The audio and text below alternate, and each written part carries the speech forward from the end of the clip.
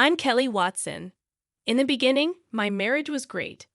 We lived in a fancy apartment in New York with a fantastic view. My husband, Tom, seemed perfect. However, I later found out he was consistently cheating on me. Every time I confronted him, he denied it, but the evidence kept popping up. I thought it might be some kind of problem he had, so I didn't immediately consider divorce, especially since I was pregnant. I hoped things would change after our child was born, but Tom's infidelity persisted. I felt stuck for the sake of our child.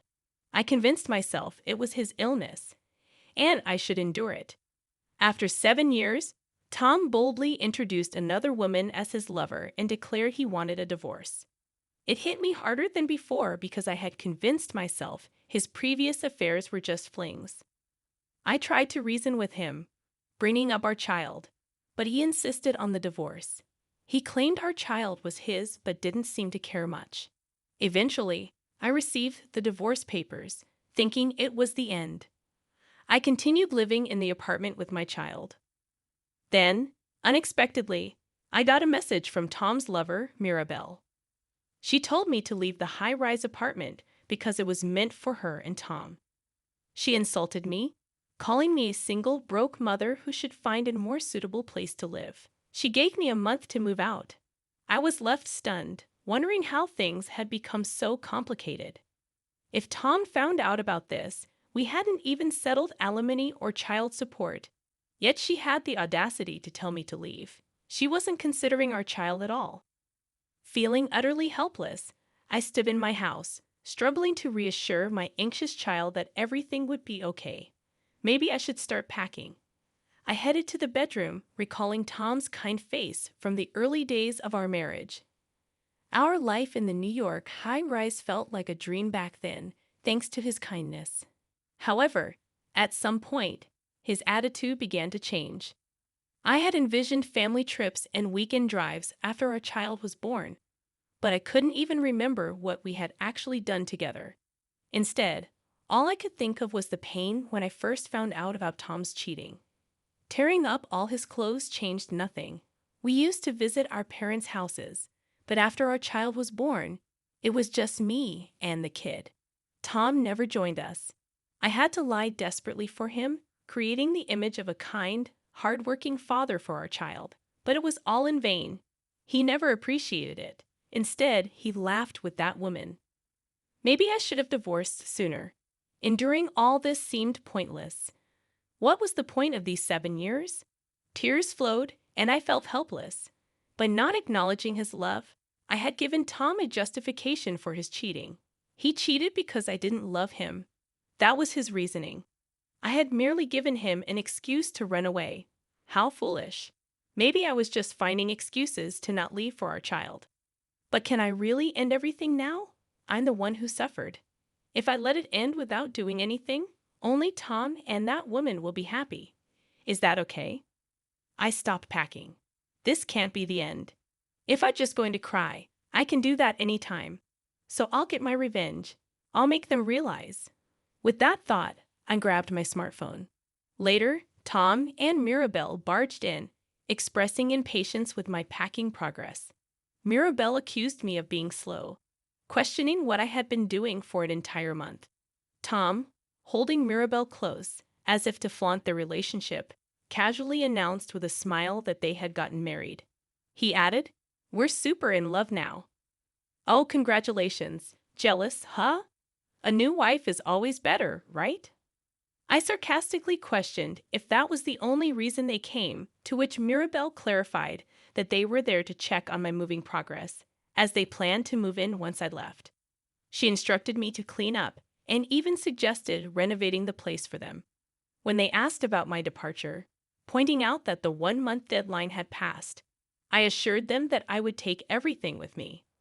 As they scrutinized the belongings, Mirabelle noticed a vase and speculated on its value. Tom claimed that everything in the house, including the vase, belonged to him. I questioned if everything, even personal items, were his.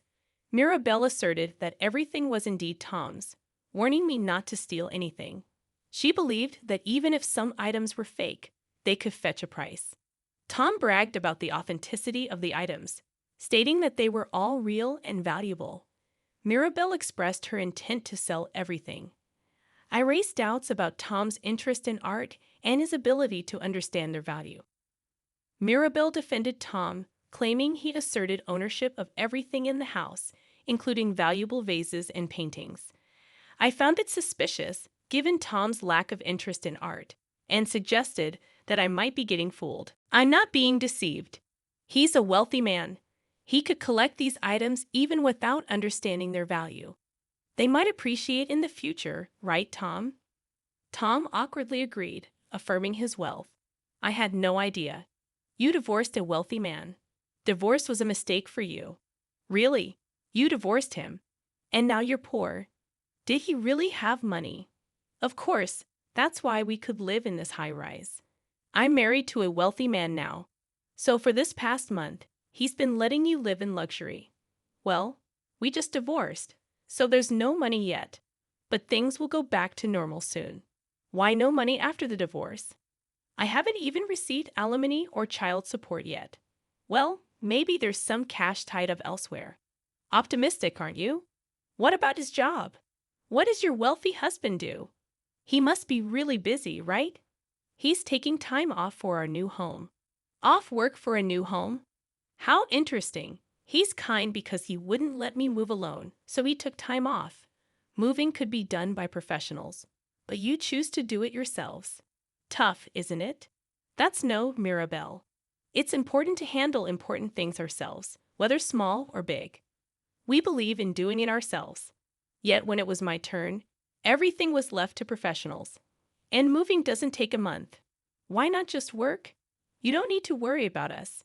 He knows what he's doing. And you shouldn't interfere with his work. Well, if you think so, that's right. Just because you were dumped, don't meddle. Once you're out, we'll move in and enjoy a comfortable life. We'll see how that goes. Something feels off here, right? Then the doorbell rang. When I checked the intercom, it was the movers I had requested. However, they were wearing suits, clearly not typical movers. As I let them into the house, the man pulled out a calculator and started pricing each item. Wait, they aren't movers. Movers don't usually show up in suits, do they?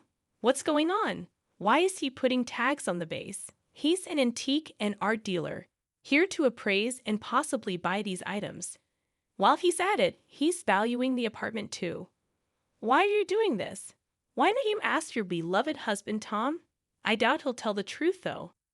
I questioned Tom about the situation, and he'd apologized, claiming he didn't know why she was doing this. You knew she was going to sell these. Call the dealer so you could get a cut from the sale. No way. I exclaimed. Then why? All of this is yours. You can't just sell it. Mirabelle explained. Well, actually, I bought all these things, but I can't keep them all in my new place, so I thought, why not sell them? Oh, I see. Property division, right? You're selling these because you divorced him and want to split the money. I don't want to give you half, but if it's property division, I guess I have to. Tom's wealthy anyway, so even if you get half, it won't bother him. I declared that I had no intention of splitting it, as all the artworks were bought by me before I married Tom, so there was no need for property division. No way, then leave them. This apartment is his. You should leave them here. Mirabelle nervously watched as more tags were placed. I found it amusing, wondering what Tom was thinking, as he remained silent. There'll be nothing left in the house, but they're all mine, so that's how it goes, Mirabelle. We're not losing the high-rise, no need to panic. But don't worry, I'll buy you whatever you want.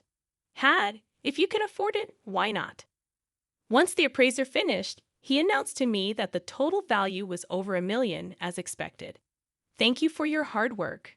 When will you be able to collect everything? He replied that it would be in a day or two and left. In a day or two, these artworks would be gone, and I'd have to leave this apartment too. It meant tomorrow or the day after, so we could move by then. Yes, that's the plan. It'll feel empty without everything. But it means we can decorate with things we like. Mirabelle seemed to misunderstand something, and I warned her that if she didn't leave soon, she'd be forced out. Confused, she asked why, and I revealed, I just sold this high-rise. Why isn't this apartment Tom's? Why would you sell it, Tom? Why did you sell it? This apartment is ours. You're both mistaken. Do you know when we started living here? Right after we got married, right? The question is, when was it purchased? Right after we got married. Do you remember buying it? No, I think it was already there when we got married. I clarified. Exactly. I bought this apartment with my money before we got married. What do you mean? So when he said he wanted to live in a high-rise, I bought it. Now that we're divorced, it's up to me whether I keep living here or sell it. So you sold it? Yes, you told me to leave. And I don't want to stay in a place I lived with him. It's the perfect timing. I'm planning to move to a house I just signed for a new house and have already moved my things in. You bought a house? Yes, it was cheap. Only about $1.6 million. $1.6 million. So Tom's stuff is just the junk in the next room. Take it with you. It's a hassle to dispose of junk. Mirabelle rushed into the next room, finding several cardboard boxes. She hurriedly opened them, only to find actual junk. The clothes were mostly worn out. What is this? Tom's clothes? Why are they like this? I didn't throw them away because he said not to. A wealthy man wearing these ragged clothes? I wanted to let you keep dreaming until the end, but it seems that's not possible. What do you mean? He's not wealthy at all, just a poor guy. No way, just a pile of garbage. That's harsh. It's not a pile of garbage. These clothes are still wearable. Why? I thought he worked for a major corporation. He said he was the president. He was a temp worker at a big company. No way, a temp worker. Yep, and he got laid off right when you two got married. Why? How do you know this? Even I, his wife, didn't know because I'm the president of that company. I thought I might make him a regular employee if our marriage continued, but he never took his job seriously since he knew I was the boss. So I just kept him as a temp. I knew he couldn't afford a high-rise apartment on a temp salary, but since I have a high income as the president, I thought it was fine. He didn't tell anyone at work that his wife was the boss. It was convenient for both of us, especially since he didn't want people to know I was his wife while he was cheating. So what will happen to Tom now? His contract is over. He was supposed to have one more month, but he's been absent without leave, so it's over. I thought he was wealthy. The wealthy one is me. So you were deceiving me? Not really. If Kelly hadn't divorced, I'd still be a wealthy man by marriage. But Mirabelle wanted a divorce, so I agreed. And with that, I'm out of the wealthy bracket. So because his wife was wealthy, he's penniless. Yep, a super poor person. Yep, if you knew that, why did you sell the art? Because I can't keep them in my new house. You could have left them. That's not how it works. Everything here is mine. There's nothing here that belongs to you two. I'm just disposing of my own stuff. Tom, do something. I concluded, well, that's how it is. Nothing. We can do it. You're saying this to me. This is his high-rise, right? Say it is. It's not his high-rise. It's the high-rise I lived in with him. But I lived here too. I should have some right to stay. Oh, right. If he has the right to live here, we don't have to leave. Residency rights apply to rented properties. This is not a rental. I bought it in full before we got married. You left a month ago. You haven't lived here for a month. Where's the residency right in that then? Property division, I told you earlier. This apartment isn't a jointly acquired asset. It was bought by me before we got married. There's nothing to divide with you. You're penniless, and there's nothing I can do about it. Damn it!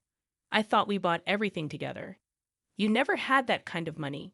You should take a good look at yourself. Tom seemed frustrated, trying to get something out of me.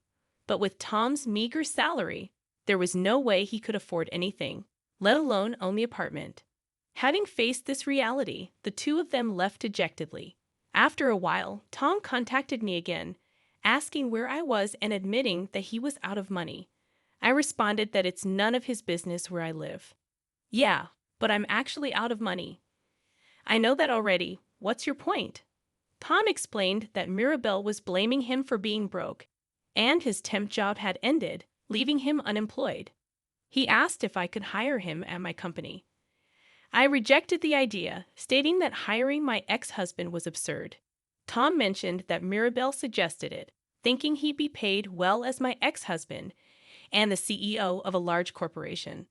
I found it ridiculous and pointed out that both Tom and Mirabelle were out of their minds. Tom pleaded for help, admitting that marrying Mirabelle was a mistake. He complained about not getting an allowance and asked for employment. I refused, stating that if I were to hire someone, it would be someone who actually works. Tom promised to work hard and even offered to write a pledge. I dismissed the idea, stating that even if he wrote a pledge, it wouldn't mean anything coming from him. Tom continued to plead, citing Mirabelle's potential anger if he didn't get a job. I remained firm, asserting that it wasn't my problem, and Tom had chosen his path. Tom expressed regret about his marriage to Mirabelle, revealing that she had a lot of debt and was on the blacklist of payday lenders.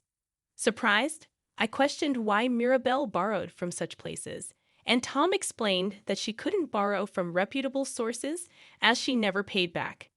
He revealed her intense obsession with money, particularly with keeping vases and paintings. Tom disclosed the significant amount she had borrowed, leading to a snowball effect of accumulating interest by borrowing from one place to pay another. It's quite impressive making snowballs without any snow. This is the worst. What should I do? Well, since she borrowed it, it's not my problem. The responsibility to pay it back is hers. So if I divorce her, I won't be affected. That's unlikely. Why? Why do you think she married you? Because I'm handsome? There are other handsome men out there. She thought you were wealthy. She thought marrying a wealthy man would erase her debts. Turns out you're broke. If she lets you go now, she'll have to pay back everything herself. She won't let you go. That's ridiculous. So that's why she's always talking about money. Maybe so. I'm basically working for her now. Looks like it. This is too much. Well, you made your bed. You betrayed me and our child. Mirabelle probably thought you'd be quiet about her cheating, just like you were with me, but fairy tales don't happen that often. I've been tricked. It's like the fox and the raccoon tricking each other. Fox and raccoon. Yes, both of you were deceiving each other. What if some scary people come to collect the debts? That might happen. You should be prepared for that. No way, Kelly. Please help me. Hire me with a high salary. No way. You're not worth a high salary. You can't do anything. Don't say that. I'll really work hard this time. If not, lend me money for a divorce lawyer. Don't joke. If you want to talk about that, first pay the alimony and child support. Later, Tom, cut off from income, was constantly nagged by Mirabelle to work, but used to a life with me. He despised working. The thought of all his hard-earned money going to Mirabelle's debts made him not want to work, even joking that working would mean losing. They fought every day, but without money, they couldn't live. Tom borrowed money and tried to increase it through gambling, falling into a vicious cycle. Realizing this wasn't working, he finally found a part-time job. However, his naive attitude led to quitting every time a high school senior or an older woman employee scolded him, making no money at all. Meanwhile, Mirabelle racked up more debts, substantial amounts, before Tom even found out about it. She had disappeared without a trace. It turns out that the reason for the debt was to pay off her own debts, and she had borrowed the money under Tom's name. Tom, overwhelmed by the ballooning debt, apparently complained that he wasn't the one who borrowed the money. However, the lenders, being from the more dangerous side of money lending, just yelled at him, saying, "We don't care." And that was the end of it. He had to pay no matter what and came to me begging, but I refused. I haven't seen him since then, and no one knows what became of him.